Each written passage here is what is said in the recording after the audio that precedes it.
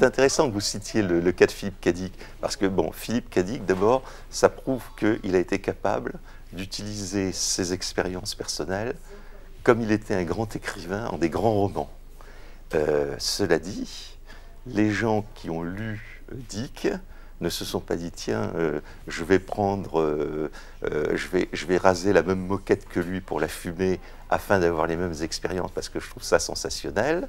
Et Dick n'a jamais dit, je suis un gourou et je vais faire ça. Le seul qui réussit, c'est Hubbard.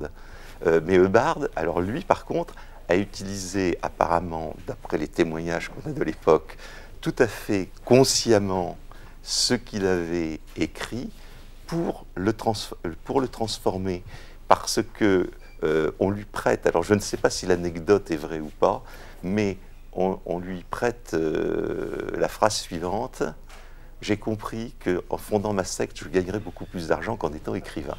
Je ne sais pas si c'est vrai ou pas, mais c'est ce qu'on lui attribue. Et il a eu tout à fait raison, comme Raël, qui était un petit journaliste pigiste dans le Massif central, un jour s'est aperçu qu'il gagnerait sans doute beaucoup plus d'argent dans les années 70 en fondant une secte basée sur des pseudo-révélations extraterrestres.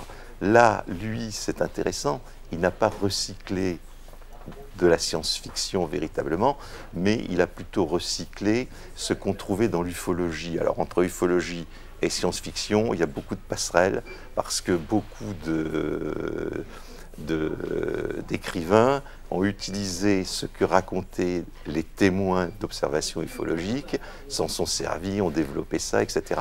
Raël, lui, s'est contenté, si j'ose dire, de piocher dans ce qui avait été écrit par ce qu'on appelait les contactés aux États-Unis, c'est-à-dire des gens qui affirmaient dans les années 50 qu'ils avaient rencontré la belle capitaine Aurora Ness de la planète Clarion. Et lui, il a surtout recyclé le plus grand des contactés américains, celui qui a eu le plus de succès, George Adamski, qui avait été traduit en français dès le début des années 50. Adamski, par exemple, dans un de ses, j'allais dire romans, mais Adamski tenait à écrire aussi de la science-fiction. Il avait écrit un truc qui s'appelait Les pionniers de l'espace, si je me souviens bien, quelque chose comme ça, en 1946. Ça n'a jamais eu aucun succès, ça a été un bide complet, je ne suis même pas sûr qu'il ait réussi à le faire publier, et on retrouve dans son contact tout ce qu'il écrivait dans son roman de science-fiction. Bon.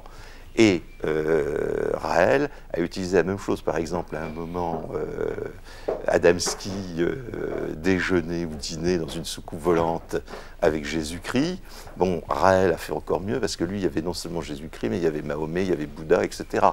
Donc là, on est vraiment dans, on peut dire, de la pure science-fiction. Mais il y a des gens qui y croient.